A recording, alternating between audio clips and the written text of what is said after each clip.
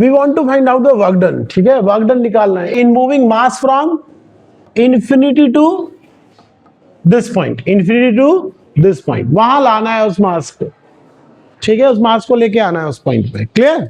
एक चीज ये देखो यहाँ पे, यहां से यहां तक मूव करने में कुछ वर्क डन होगा, और मान लीजिए एक जगह और ले लीजिए, एक जगह यहां और यहां से भी वर्क डन होगा, दोनों में वर्क डन सेम है डिफरेंट है? सेम वर्क डन होगा डिफरेंट वर्क डन, बताओ। ओके, एक और चीज कर रहा हूं, डिस्टेंस अब बराबर है भाई, अब बताओ वर्क डन सेम होगा डिफरेंट होगा? अभी भी डिफरेंट है, क्यों डिफरेंट है? फोर्स डिफरेंट है। दोनों केस में क्या है? फोर्स, यहां अलग फोर्स लगेगा, यहां पे अलग फोर्स लगेगा। क्यों अलग लगेगा? Because force direct inversely proportional to r square, force directly inversely proportional to r square, force हमेशा इनवर्सली प्रोपोर्शनल है जितना डिस्टेंस कम होगा। अच्छा बताओ, ये रीजन मान लीजिए 1 और ये मान लीजिए 2, बताओ कहां पे वर्क डन ज्यादा होगा? 1 में या 2 में? 1 में ज्यादा होगा, पक्का सोच लो। फोर्स कहां ज्यादा है भाई? तो वर्क डन कहां ज्यादा होगा? वर्क डन का फॉर्मूला क्या है? फोर्स इंटू तो वर्क डन का फॉर्मूला है force into displacement, displacement same है, तो फोर्स जिसका ज्यादा उसमें वर्क डन। समझ में आया? तो अभी हम इसको वापस जाके इसको हटा देता हूं मैं, अब मैं वर्क डन निकालने वाला हूं, ठीक है। वर्क डन का तरीका क्या होगा जब फोर्स वेरी करता है? तो मैंने एक बार बताया था क्लास, उसमें जो वर्क वाला एक चैप्टर चल रहा था, उसमें बताया था जब भी वेरिएबल होगा, जब भी वेरी करेगा तो वर्क डन कैसे निकलेगा? Work done by variable force. कैसे करेंगे? पहले इंटीग्रेशन सीधे लगा देंगे या पहले कुछ ब्रेक करेंगे इसको, इस पाथ को? तो इन्फिनिटी से पी तक का पार्ट कितने पार्ट्स में डिवाइड करेंगे हम? n पार्ट्स में। कितने पार्ट्स में? और हर पार्ट का डिस्प्लेसमेंट बराबर होगा dx। कितना होगा? dx। तो अज्यूम कर लीजिए ऐसे मैंने डिवाइड करते करते मैं यहां कहीं एक पॉइंट b पर पहुंच गया हूं, और b पॉइंट जो सेंटर से x डिस्टेंस पर है, कहां पर है? x डिस्टेंस पर है। कहां पर है? x distance. समझ में आया? कहां पर है? x डिस्टेंस पर। क्लियर? तो जरा बताइए, F फोर्स ऑन मास, यहां पे अभी m यहां पर है, ठीक है, force on mass m when m at point B, बताइए कितना फोर्स लगेगा? बोलिए। G m small m upon x square. क्या बात समझ में आ गई? समझ में आया? तो ये हो गया हमारा फोर्स। नाउ ये फोर्स देखिए, जितना तुम इसको इधर लेके जाओगे x बढ़ जाएगा, फोर्स कम हो जाएगा, जितना इधर लाओगे x कम होगा, फोर्स बढ़ेगा। इनवर्सली प्रोपोर्शनल है ना? बात समझ में आती है? नहीं, इनवर्सली प्रोपोर्शनल।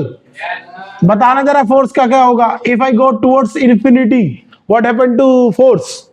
अगर मैं इन्फिनिटी तरफ जाऊं, डिक्रीज इंक्रीज, और अगर मैं p की तरफ आऊं तो क्या होगा? समझ में आया? अच्छा, मुझे कितना चलना है जरा बताइए, कितना मैंने डिसाइड किया है कि हमें कितना मूव करना है b से? हमें एक डिस्टेंस मूव करना है b से, जिस डिस्टेंस का थिकनेस कितना होना चाहिए, ठीक है। और एक और अजम्पशन करना है, ठीक है, एक और अजम्पशन करना है, let dx a small distance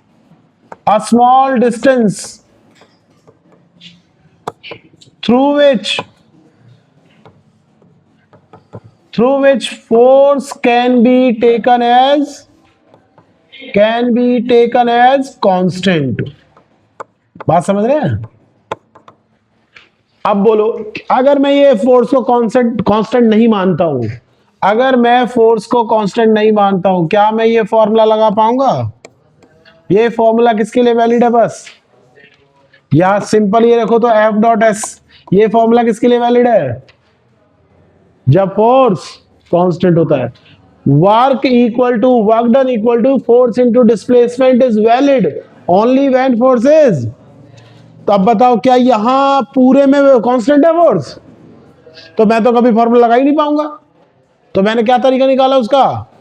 मैंने क्या तरीका निकाला है? मैंने एक तरीका निकाला कि ऐसे करते हैं, छोटा dx लेते हैं, और वो छोटा dx मतलब इतना कम है, इतना छोटा है कि थोड़ा सा डिस्प्लेसमेंट करेंगे कि फोर्स लगभग चेंज ही नहीं होगा, लगभग फोर्स चेंज नहीं होगा।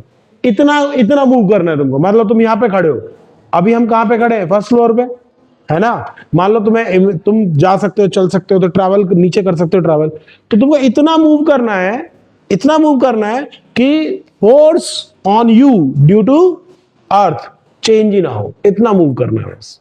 समझ आ रहा है? तो वो एक स्मॉल डिस्टेंस मेजर कर लिया, स्मॉल डिस्टेंस dx ले लिया, अज्यूम कर लिया। ये सब इमेजिन करना है, वो एक्चुअल में नहीं करना है, ये सब ये बस इमेजिन करना है, ठीक है। और उसकी कैलकुलेशन आ जाएंगी, बस इजी हो जाएगा हमारे लिए, ठीक है। और ये इतना इंटरेस्टिंग है, इंटरेस्टिंग इन द सेंस इतना इंपॉर्टेंट है। तुम सोचो कि जो प्लेनेटरी मोशन है हम उसको स्टडी कर रहे हैं, हम साइंस स्टडी कर रहे हैं, लेकिन हम सब इमेजिन करके कर रहे हैं, क्योंकि एक्चुअल में तो नहीं ला सकते ना, एक प्लेनेट के पास दूसरा मास लेके आओ, है ला सकते हैं क्या? अर्थ पे ही कर सकते हैं एक्सपेरिमेंट की, हाँ, लेकिन हम भी कहाँ जाएंगे? हाँ, हम भी ऊपर ज्यादा जाएंगे तो पहले फोर्स लगाना पड़ेगा ऊपर जाने के लिए, है ना, मूव करेंगे, लेकिन इमेजिनेशन कर रहे हैं बस, ठीक है। चलिए समझ में आ गया dx क्या है, what is the importance of dx। dx क्यों माना जाता है?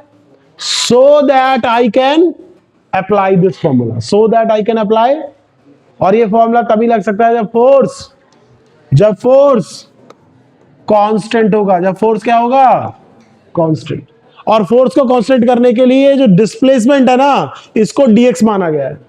और dx अज्यूम करते ही मैंने मान लिया dx इतना छोटा है कि चीजें थोड़ी सी हिल रही हैं, थोड़ा सा मूव कर रहे हैं हम, और फोर्स चेंज नहीं हो रहा है, ऑलमोस्ट नहीं हो रहा है, मतलब नेग्लिजिबल चेंज है, कोई चेंज नहीं है, ठीक है। अल्टीमेटली हमको ये मानना है, क्लियर, समझ में आ गया। अब लिखिए small work done, because small चले हैं dx, तो small work done through dx, तो dx के थ्रू वर्क डन लिखिए, स्मॉल वर्क डन क्या होगा, f dot dx, f dot. अब जरा देखिए फोर्स किधर की तरफ है, m के ऊपर फोर्स बताइए, m के ऊपर फोर्स बताइए जल्दी, इधर ही है क्या फोर्स, इधर ही है क्या, अट्रैक्ट कर रहा है, और चल भी इधर ही रहे हैं क्या, सेम डायरेक्शन में जा रहे हैं, तो क्या हो जाएगा, कितना एंगल हो जाएगा जल्दी बताइए, f dx cos 0, कितना आ गया वर्क डन, वर्क डन बोलिए कितना आ गया, स्मॉल वर्क डन बोलिए कितना आ गया, f dx आ गया, कितना आ गया, f का फॉर्मूला इक्वेशन 1 से, फ्रॉम इक्वेशन 1 कितना आया भाई, gm small m over x square into dx, चलेगा क्या, चलेगा क्या बताइए, यहां तक बताओ समझ में आया या नहीं, क्योंकि ये अगर समझ में आ गया तब तो इंटीग्रेशन लगाना है बस हमको, क्योंकि स्मॉल dx का वर्क डन आ गया है। ऐसे dx कितने हैं, इन्फिनिटी से लेके p तक, n कितने हैं, n नंबर है, पता नहीं कितने, इन्फिनिटी बोल सकते हो, तो सबको जोड़ दे रहा है। कहां से कहां तक जोड़ेंगे भैया, x इक्वल टू इन्फिनिटी से चलेंगे, और कहां तक जाएंगे, x इक्वल टू x कहां होगा, इन्फिनिटी पे, और कहां तक जाएंगे x, देख के बताओ, x कहां तक जाएंगे, r, x कहां तक जाएंगे, पहले हम स्टार्ट करेंगे यहां से, जब x इन्फिनिटी है, और हम कहां एंड करेंगे, हम एंड करेंगे p पर, जब x किसके बराबर है, r के बराबर। समझ में आ गया, कहां से कहां तक ट्रैवल करना है, और उसके बीच में कितने सारे dx हैं, how many dx, n number of dx, सबका इंटीग्रेशन करके क्या टोटल वर्क डन आ जाएगा। तो क्या ये समझ में, याद रखने का तरीका सुनो, याद रखने का तरीका, इन्फिनिटी और प्लेनेट के बीच में एक पॉइंट P मानना है, जहां पे हमें क्या निकालना है, जहां पे क्या निकालना है, वर्क डन निकालना है, ग्रेविटेशनल पोटेंशियल एनर्जी निकालनी, क्योंकि work done equal to potential energy, work done equal to, last lecture में हमने प्रूफ किया ये, ठीक है। क्यों होती है इक्वल, काइनेटिक क्यों नहीं आती, काइनेटिक क्यों नहीं आती, काइनेटिक क्यों नहीं आती, काइनेटिक क्यों नहीं आती, एक्सेलरेशन नहीं है, एक्सेलरेशन नहीं होने से क्या होता है, change in velocity zero, change in velocity क्या होता है, और चेंज इन वेलोसिटी जीरो होगा तो चेंज इन काइनेटिक एनर्जी भी कितना होगा, जीरो, तो सीधा वर्क डन क्या लिख सकता हूं मैं, पोटेंशियल एनर्जी। तो मेरा पोटेंशियल एनर्जी लिखने का तरीका क्या रहेगा कि मुझे वर्क डन निकालना है इन्फिनिटी से p के बीच में, तो इन सब में एक साथ नहीं निकाल सकता, because force is variable, force is, और मैं ये वाला फॉर्मूला W=Fs नहीं लगा सकता, तो पहले क्या मानना पड़ेगा, फोर्स को कांस्टेंट। तो क्या ट्रिक है कांस्टेंट मानने का, एक ऐसा डिस्टेंस, छोटा डिस्टेंस मान लो जिसमें मूव करने से फोर्स ऑलमोस्ट नेग्लिजिबल चेंज होता है, और लगभग चेंज होता ही नहीं है, ठीक है। तो उसको हम क्या मानेंगे, कांस्टेंट फोर्स। तो कहां पे मानेंगे, कोई पॉइंट बीच में बी, कोई भी पॉइंट कहां मानेंगे, बी पर। अब बी पर मास है, उसको चलाना है dx, तो वर्क डन कितना होगा, वर्क डन कितना होगा, एफ डॉट dx। फोर्स देख लो इधर है, चल भी इधर ही रहा है, तो जीरो एंगल, टोटल कितना हो गया, एफ dx, सही है। अब बी पर फोर्स कितना है, बी पर फोर्स कितना है, ऑलरेडी कैलकुलेट कर लिया। ग्रेविटेशनल फोर्स होता है, फॉर्मूला पता है, G m1m2 over r square, G m1m2 r square. क्या यहां तक समझ में आया, समझ में आ रहा है क्या करना है, क्या करना है, समझ में आ गया। इन्फिनिटी से पी के बीच में एक पॉइंट मानना है, उस पॉइंट से कितना चलना है, dx, और वो dx कैसा होना चाहिए, dx कैसा होना चाहिए, ऐसा होना चाहिए जिसमें थ्रू, दैट मींस dx चलने में फोर्स चेंज नहीं होना चाहिए ना, ऑलमोस्ट नहीं होना चाहिए, थोड़ा बहुत तो होगा ही, लेकिन उसको ऑलमोस्ट कांस्टेंट मान लेंगे। समझ में आ रहा है मेरी बात, कांस्टेंट मान के W इक्वल टू एफ लगा देंगे ये, और f की वैल्यू यहां रख देंगे। इज दैट ओके, समझ में आ गया सबको। चलिए टोटल वर्क डन बताइए, total work done from x equal to infinity to x equal to, बताइए कहां तक जाएंगे, अरे बताइए कहां तक जाएंगे, x equal to infinity to, x equal to, जब मास का आता है इंफिनिटी पे तो x कितना हो गया, इंफिनिटी। जब मास p पे आ जाएगा तो x कितना हो जाएगा, दिख रहा है नहीं, अरे दिखाई दे रहा है नहीं, बता। हाँ, तो टोटल वर्क डन निकालने के लिए वर्क डन क्या करेंगे, जल्दी बताइए, इंटीग्रेशन ऑफ, ये वर्क डन का इंटीग्रेशन कर दो, ये वर्क डन का इंटीग्रेशन कर दो, समझ में आया। और इंटीग्रेशन कहां से कहां तक होगा, gm upon x square dx, कहां से शुरू करूं, इंफिनिटी से, कहां तक जाएं, r तक, कहां से शुरू करें, कहां तक जाएं, समझ में आया, अंडा, नहीं आया ना, है नहीं आ रहा समझ में, बहुत डिफिकल्ट टॉपिक है अगर समझोगे नहीं तो, क्योंकि इमेजिनेशन है ना सब, कोई ऐसा कोई करेगा थोड़ी। बाकी टॉपिक में ऐसा होता है कुछ कुछ, हाँ चलो ठीक है ऐसा कर रहे हैं हम कर भी रहे, हो भी रहा है, डेली एग्जांपल है, इसमें क्या एग्जांपल मिलते नहीं है, इतना इजी नहीं है, ठीक है। कॉमन लाइफ में बहुत मुश्किल है सब चीजें, इसलिए बोल रहा हूं, समझ में आया। इज दैट ओके, क्या करेंगे जरा बताओ, फिर से एक बार रिवाइज कर लेते हैं, क्या करेंगे जल्दी बताओ। अगर हमें ग्रेविटेशनल पोटेंशियल निकालनी है तो मास को कहां से कहां तक लाना है, इंफिनिटी टू r, मतलब p पॉइंट पर, इंफिनिटी टू p, उसके बीच में क्या मानेंगे, एक पॉइंट b मानेंगे, b से कितना ट्रेवल करना है, dx कितना होना चाहिए, स्मॉल, dx कितना होना चाहिए, और कैसा स्मॉल होना चाहिए, कैसा स्मॉल होना चाहिए, क्या कंडीशन होनी चाहिए उसमें, उस dx में फोर्स कैसा होना चाहिए, वही तो कंडीशन है, फोर्स कैसा होना चाहिए, अगर वो कांस्टेंट है फोर्स उस dx में, बाकी में नहीं है, पूरे में नहीं है, बस उस dx में, तो मैं फोर्स को क्या मैं फॉर्मूला लगा सकता हूं, W इक्वल टू Fs, तो मैंने F इंटू dx लगा दिया, क्योंकि हमने s की वैल्यू कितनी ली है यहां पर, dx, तो F इंटू dx लगा पाए या नहीं लगा पाए। अगर मैं कांस्टेंट नहीं मानता, अगर मैं dx नहीं मानता, क्या मैं ये फॉर्मूला लगा पाता, इसीलिए प्रॉब्लम है, समझ में आया। तो ऐसे याद कर रखना है, क्लियर। और फोर्स बी पर कितना है हम कैलकुलेट कर सकते हैं by gravitation law, Gm1m2 over, is that okay everyone. और मैंने पूरा वर्क डन कहां से कहां तक लगाना है, इंफिनिटी से r तक, ठीक है। चलिए तो बताइए, अब फिर से इंटीग्रेशन बताना पड़ेगा मुझको। g कांस्टेंट है, mass of the planet constant है, mass of the object constant है, बाकी कौन बचा, बाकी बचा ये from x equal to infinity to x equal to r, समझ में आया। g कांस्टेंट है, m कांस्टेंट है, स्मॉल m कांस्टेंट है, सब कांस्टेंट है, बदल ही नहीं रहे, तो बाहर निकाल लिया, मल्टीप्लाई में।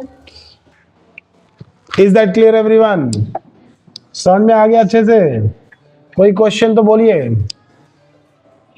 अच्छा तो बताइए एक और, वर्क डन इक्वल टू, ध्यान से, क्या तुमको इंटीग्रेशन आता है, अब जिनको इंटीग्रेशन नहीं आता वो सुन लो अच्छे से, x का पावर n dx, जिनको याद नहीं है क्या होता है इसका इंटीग्रेशन, बोलिए इंटीग्रेशन क्या होता है इसका? X n plus one upon, याद है? याद आया कुछ याद आया? दिमाग में कहीं छपा हुआ है? ब्रश मारने की जरूरत है दिमाग के अंदर जाके। लग गया ब्रश? नहीं लगा है ना? हटा दो, धूल हटा दो वहां से। चलिए अब बताइए, लेकिन ये तो कोई x की पावर n है नहीं, ये तो एक्स स्क्वायर डी एक्स ऐसे लिखा हुआ है, या इसको ऐसे लिख लो, ये तो ऐसे लिखा हुआ है। अगर ये ऐसे लिखा है तो क्या हम इसको ऐसे लिख सकते हैं? और अगर ये ऐसे लिखा है तो क्या हम इसको ऐसे लिख सकते हैं? बोलिए जल्दी से। और अगर ये ऐसे लिखा हुआ है तो क्या हम इसको ऐसे लिख सकते हैं? जल्दी बोलिए, जल्दी बताइए। सही है क्या? इंटीग्रेशन कर दिया ना? जल्दी बताओ, क्या इंटीग्रेशन क्लियर है? क्या इंटीग्रेशन क्लियर है? देखो n plus one upon n plus one, यहाँ पे n कितना, यहाँ पे n कितना, -2, यहाँ पे n कितना, तो ये कितना हो गया? x -2 plus one upon -2 plus one. Is that okay? समझ में आ रही है कुछ बातें? चलिए स्टार्ट करते हैं तो आगे। अब चलो तो फिर सॉल्व कर दो। कितना आएगा? जी एम स्मॉल एम, और इसको मैं सीधे लिख देता हूं, x -2 plus one upon -2 plus one from x equal to infinity to x equal to r। सही है क्या? जिनको नहीं समझ में आता है वो इससे कर लेंगे जैसे यहां लिखा हुआ है, ठीक है? जिनको समझ में नहीं आता है, जी एम एम इंटू, अब देखिए ध्यान से क्या बचा, -1 upon -1 from x equal to infinity to x equal to r, G capital M small m into, minus बाहर ले लें क्या? ये -1 जो है, ये -1 बाहर ले लें और इसको 1 अपॉन x कर दे क्या? x equal to infinity to x equal to r। जल्दी बोलिए, समझ में आया या नहीं? यहां तक कोई डाउट है तो किसी को बोलिए। मैथमेटिक्स से सिंपल। आगे क्या करें? जल्दी बताओ आगे क्या करें? क्या क्या रूल होता है? क्या रूल होता है? क्या होता है? लिमिट कैसे रखते हैं? अपर लिमिट माइनस, हाँ सब जंग लग गया है, दिमाग में रखा हुआ है सब चीजें, सब जंग लग गया है। 1 अपॉन आर, इन्फिनिटी कितना होता है भाई? 1 अपॉन इन्फिनिटी कितना होता है? G m upon r. ये फॉर्मूला आ गया वर्क डन। ये किसका फॉर्मूला आ गया? तो वर्क डन देख ली क्या है? G minus G M. Capital M किसका मास होता है? प्लेनेट। स्मॉल एम किसका होता है? जिसको हम लेके आ रहे हैं, जिस मास को हम लेके आ रहे हैं, कहां से कहां? इन्फिनिटी से पी पॉइंट तक, ठीक है? इन्फिनिटी से पी पॉइंट तक। समझ में आ गया इस पे? ठीक है, बड़ा इंटरेस्टिंग क्वेश्चन है। अब बताओ, ग्रेविटेशनल पोटेंशियल एनर्जी, जिसको हम यू लिख रहे हैं, क्या लिख रहे हैं हम? यू से लिख रहे हैं, वो क्या वर्क डन के बराबर होती है या नहीं? तो एनर्जी किसके बराबर होगी? जल्दी बताइए। -Gm small m upon r. समझ में आया? एक और चीज बहुत इंपॉर्टेंट है। अच्छा पहले इससे पहले कुछ और काम कर लेते हैं उसके बाद। What is the significance of negative sign? हाँ very good, significance of negative sign, ये मैं सुबह भी बता चुका हूं। तो क्या होता है? Force is attractive in nature. इस फॉर्मूले में एनर्जी निगेटिव आने का मतलब है यहां जो भी फोर्स है वो कैसा है? अट्रैक्टिव। अगर ये प्लस आ जाता, अगर ये प्लस आ जाता तो क्या होता? रिपल्सिव। अब तुम मुझे बताओ, क्या ये कभी प्लस आ सकता है? क्यों नहीं आ सकता? प्लस क्यों नहीं आ सकता यहां पर? सही तो बताया था तुम्हें, वही तो बताना है, जो तुम बोल रहे हो वही बोलना है बस। Gravitational force is always attractive in nature, वो कभी निगेटिव नहीं हो सकता, और सॉरी रिपल्सिव नहीं हो सकता, वो कभी रिपल्सिव नहीं। समझ में? इसीलिए ये साइन हमेशा क्या आएगा? माइनस में ही आएगा। Is that okay? अब ध्यान रखो, यही चीज, ये चीज जो मैंने लिखा हूं यू, क्या मैं इसको ऐसे लिख सकता हूं? क्या इसको ऐसे लिखा जा सकता है? जल्दी बोलो। इसने नहीं लिखा, वहां पता भी नहीं चलेगा लिखा है नहीं लिखा है, लेकिन फिर भी ये क्या है? डिफरेंस है। ये क्या है? सुबह से यही सिखा रहा हूं, पिछले चैप्टर में, पिछले क्लास में ये सिखाया था। क्या है ये? और किस किस का डिफरेंस है, कहां से मास ला रहे हैं, इन्फिनिटी से, हमेशा याद रखना। अच्छा समझ में आ गया इतना, इसका वैल्यू बोलो, क्या ये क्लियर है पॉइंट, सही है। अच्छा एक और काम कर लेते हैं भाई, अगर हम P के बाद एक पॉइंट और Q ले ले, अगर P के बाद एक पॉइंट Q और आ जाए तब क्या होगा, ये है पॉइंट P जो कितना दूर है, R1 डिस्टेंस से, चलिए भाई, और एक पॉइंट ले या ऊपर ले लेते हैं, एक पॉइंट Q ले लेते हैं ऊपर, और इसका डिस्टेंस कितना है भाई, R2, ठीक है। अब देखिए मुझे लिखना है एनर्जी डिफरेंस फ्रॉम, ये लिखना है P माइनस Q, इसका मतलब मैं कहां से कहां आ रहा हूं, Q टू P, कहां से कहां आ रहे हैं हम, Q टू P। जैसे मैं P माइनस Q लिखूंगा तो मैं कहां से कहां आ रहा हूं, Q टू, उल्टा आता है, ध्यान रखना, समझ में आ रहा है, Q से P आएंगे तो क्या लिखेंगे, P माइनस Q, याद रहेगा। और ये जो एनर्जी P का है इसमें तो ऑलरेडी इंफिनिटी है ही ना, बोलो, और माइनस U Q में भी इंफिनिटी है, और जब तुम देखोगे तो ये अपने आप ही तुम्हें समझ में आ जाएगा, इन्फिनिटी वाला जो एनर्जी है वो तो कट नहीं वाला है, कुछ भी हो यहाँ पे कुछ भी हो, आना लास्ट में क्या है, यही वैल्यू है, सही है। तो दो डिफरेंस माइनस करोगे तब भी वही आएगा, ठीक है, energy of P and minus energy of Q same, is that clear. अब एनर्जी ऑफ P कितना है जरा बताओ, कहां से कहां तक, अब मैं इसको हटा रहा हूं यहां पे, ठीक है। अब जो बताओ एनर्जी P जो है उसको कितना लिखा मैंने, P माइनस इंफिनिटी, तो कहां से कहां आ रहे हैं, कहां से कहां आ रहे हैं बताओ, R1 डिस्टेंस, सही है। अब इसको बताओ ये कहां से कहां आ रहे हैं, तो minus G capital M small f upon R2, समझ में आ गया, क्या हम लिख पाए, माइनस कॉमन ले लो, G M M into 1 upon R2, minus common लेंगे ना तो R1 माइनस R2 ही बचेगा। क्या क्लियर है एनर्जी डिफरेंस, क्या एनर्जी डिफरेंस क्लियर है, एनर्जी डिफरेंस भी क्लियर है क्या, कोई डाउट है तो बोल दीजिए, ठीक है, एनी डाउट। तो सबको फॉर्मूला याद करके लाना है, क्या फॉर्मूला है भाई एनर्जी का, G minus G M m over R, square नहीं है, क्या है R, और एक M किसका होता है, प्लेनेट का, दूसरा M किसका होता है, दूसरे मास का।